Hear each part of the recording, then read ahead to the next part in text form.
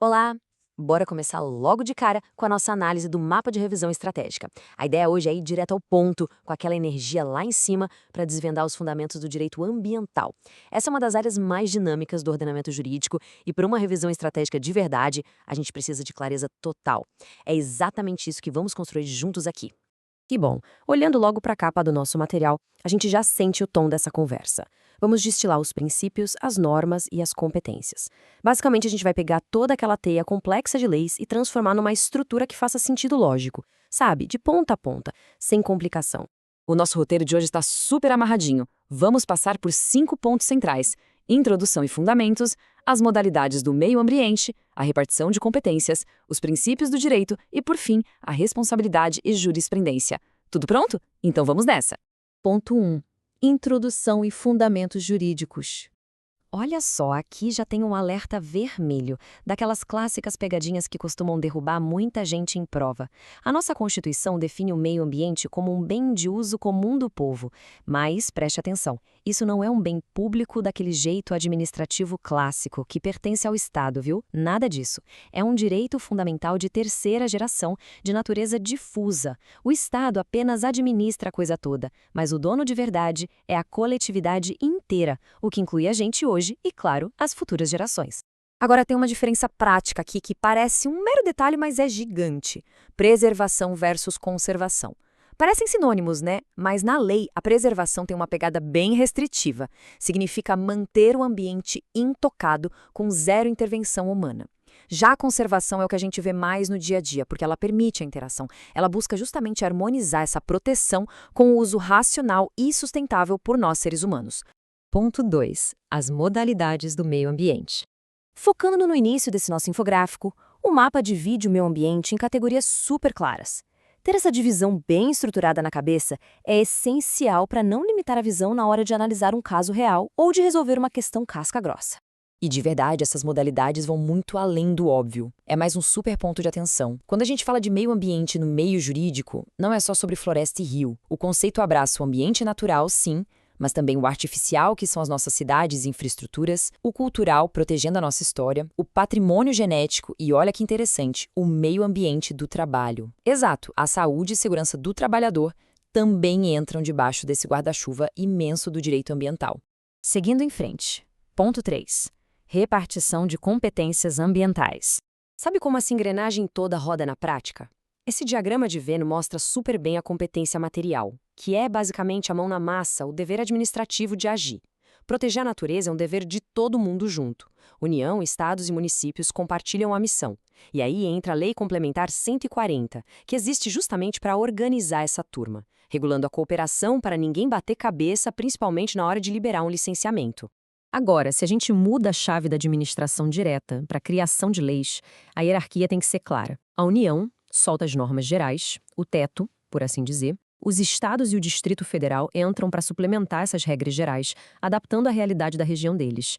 E os municípios? Eles entram no jogo legislando sobre o que for de interesse estritamente local, sempre complementando o que já veio de cima.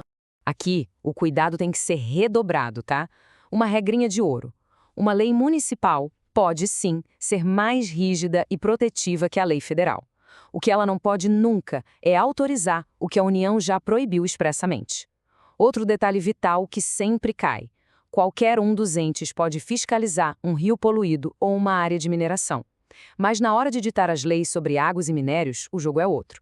Essa é uma competência privativa exclusivíssima da União. Chegamos no ponto 4, princípios do direito ambiental.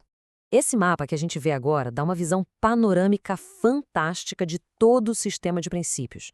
Cada ícone desse representa um pilar que segura a onda do equilíbrio ecológico. Guardar essa imagem mentalmente ajuda demais a resolver qualquer nó interpretativo, ligando, por exemplo, a ação antecipada à responsabilidade econômica lá na frente. O divisor de águas aqui é separar prevenção de precaução. Parece a mesmíssima coisa, mas não é. A prevenção lida com o perigo que a ciência já comprovou. A gente já sabe que uma obra vai poluir, então a lei exige um estudo prévio, o famoso EIA-IRM, para evitar o estrago. Já a precaução entra em cena quando a gente está no escuro.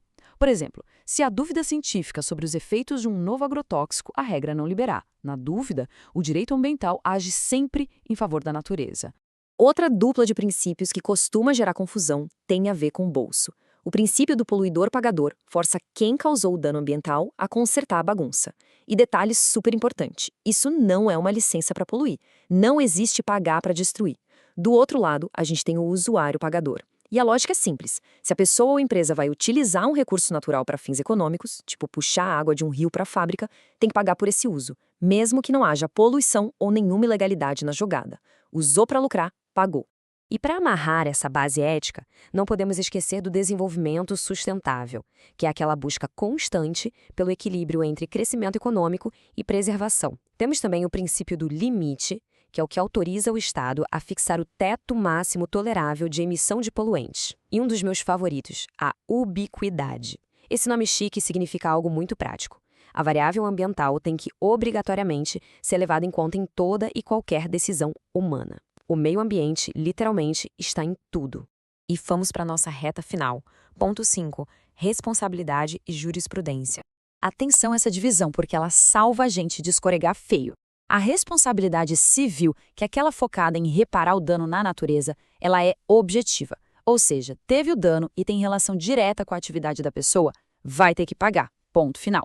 Não importa se houve intenção ou culpa. Já a sanção administrativa, como tomar uma multa do IBAMA, é subjetiva. Nesse caso da multa, o órgão público precisa provar que houve dolo ou culpa por parte do infrator. Esse é um entendimento muito claro do Superior Tribunal de Justiça. E por falar no STJ, olha que contundente é a súmula 613. Ela é super direta e implacável. Não existe a ideia de fato consumado no direito ambiental. Trazendo para o mundo real, se alguém construiu um hotel de forma ilegal numa área de preservação ambiental há 20 anos, não pode chegar agora e usar a desculpa de que o tempo passou e a situação consolidou. O tempo não cura o dano e ninguém ganha direito adquirido de degradar o ecossistema. Outra que tem que estar na ponta da língua é a súmula 618. Lembra daquele princípio da precaução que a gente viu agorinha? Então, essa súmula inverte totalmente o jogo nos tribunais. Numa ação envolvendo dano ambiental, não é o Ministério Público ou a sociedade que precisa provar que a atividade é perigosa. O peso cai todinho nas costas de quem está empreendendo. É a empresa que tem que provar, por A mais B, de forma incontestável, que a atividade dela é totalmente segura. Fechando a conta da responsabilidade, a gente precisa falar sobre as obrigações que grudam no terreno. São as chamadas obrigações propter rem. Sabe como funciona? Se uma pessoa compra uma fazenda que foi desmatada de forma ilegal pelo dono antigo, o novo proprietário assume o batata quente. Ele passa a ser o responsável por recuperar a floresta. O credor, que nesse caso protege a natureza, pode processar tanto o dono de hoje quanto os donos passados. Ou seja, a obrigação de reparar persegue a terra, não a pessoa.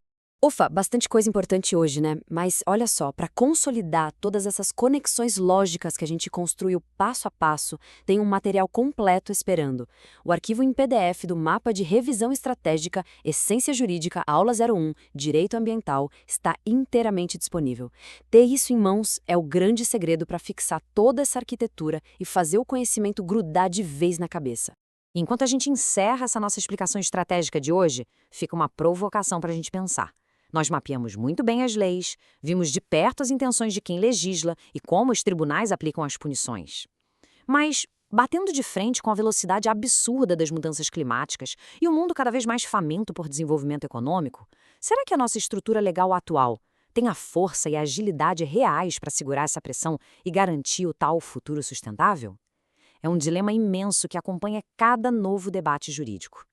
Muito obrigado por acompanhar essa análise, não se esqueçam de baixar o material e até o nosso próximo mergulho nos estudos.